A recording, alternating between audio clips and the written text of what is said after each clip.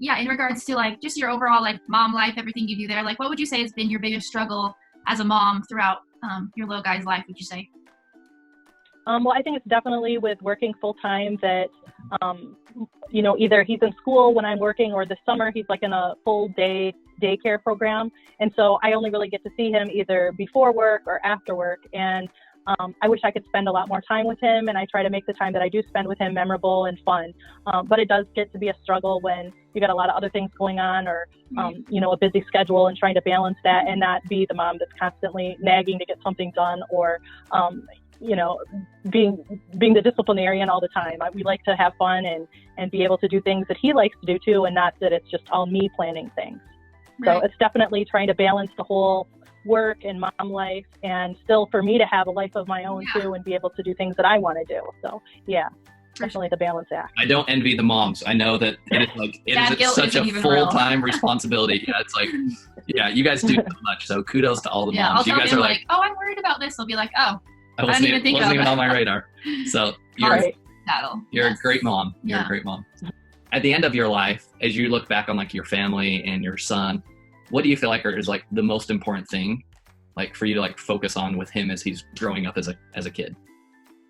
I think just spending direct time, like with play and teaching him things. And it seems like when we do things together and I'm telling him about like how to do something, or when I was a kid, I did it this way, or just sharing like information about things. My son's kind of a sponge about those, and he really enjoys when I get down on the floor and, play with him and do like imaginative play, or tell him stories about things that I know. He really, really likes that. And it makes me feel good when, we get done with one of those things and he says, oh, I really enjoyed that, or he talks about it to his friends or to other people. And I think that's probably the most rewarding thing, is just knowing that I've had a positive impact, and that I'm teaching him something that's actually sticking with him, and hopefully, continuing to help him develop as a youngster into a young man and have good manners and things like that. So I would say that's probably the most rewarding part. Yeah, for sure. That's awesome. That was very well said. And so I think going alongside that, then the second question is, there's a lot of moms that feel like, time management is their biggest like struggle, and kids are overscheduled. Moms are overscheduled. Like, we're all busy. So, but going back to your thing, like you just said, if at the end of your life, the most important thing would be to like look back and like that meaningful time, that one-on-one interaction time that you had with your son is more important than anything else, right? Even the job you're currently at, or any, extracurricular activity, or your son's modeling he's currently doing, or baseball. So what type of advice would you give to another mom that like felt extremely overscheduled, and that she's not spending enough time with her kids, and like just time management is a real struggle? What advice would you have to a mom like that?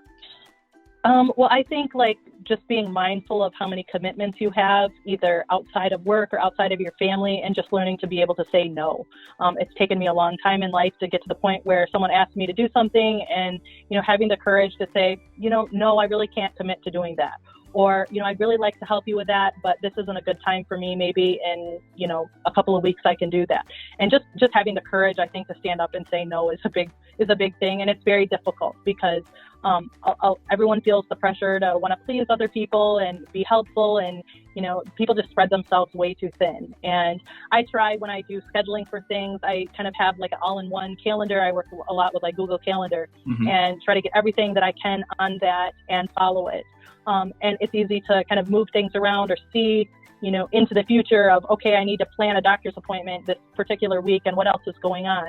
And I guess just if you even have to schedule in those times, that's time for you and your children, or you and your family, make those the priority, and kind of let some of the other stuff slide if it needs to. I mean, I know a lot of people struggle with, like, I need to do this, this, and this with my house every week to keep clean. And sometimes it's okay to just let it go and let the toys stay on the floor if they need to, and, get down on the floor and play with your kids, and, not worry about some of the little details that tend to take up a lot of time. And just planning ahead, I think, is a big thing. If you have to create, to-do lists or to-do schedules for cleaning, or what have it be, and do check-off lists, something that helps people. I know that I've kind of gone through the phases of, I can't remember anything because I got too much going on, just writing it all down, and then being able to cross it out like a grocery list is really helpful too. But I think just the biggest thing is watching the level of commitments that you have. And if you have to tone it back for a month or two or 6 months, that's okay to do.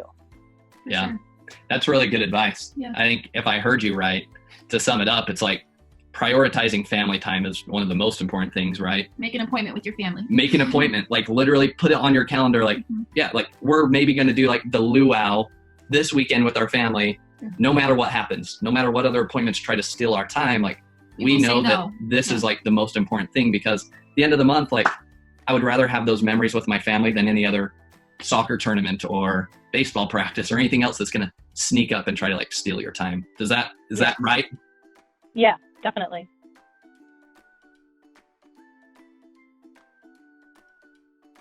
I know like for Valentine's Day, I'm not sure how long ago it was, but I think there were some principles that were for treats, like for the kids at school. Yeah. And I liked being able to do like those type of personalized things instead of just going to buy the box cards and just writing everybody's name on it. It's fun to like be a little more creative so that you're doing something a little bit different and it's more memorable to the kids than just the, dollar store cards or whatever that you get.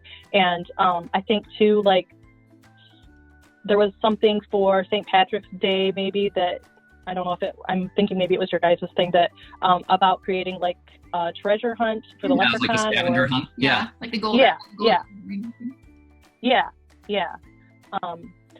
We've done that with my son a couple of different times and he loves it.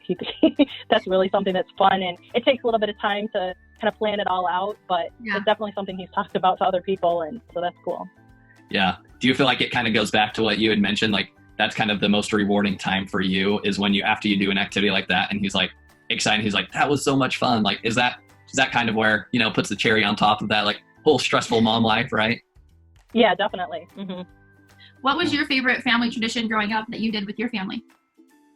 I think it would be around Christmas, just baking cookies with my mom and like putting the Christmas cards together. And it kind of ended up being like, I was like, well, who are all these people we're sending cards to? And it became a larger discussion about our extended family and who are these people, and then getting the cards back and seeing the pictures and, just creating different baked goods or family recipes for different get-togethers that we would have, and all the way up into just the traditions that we would have like the night before Christmas and preparing for Santa coming, and then in the morning, a breakfast with some extended family. And those are the things that I guess I remember the most.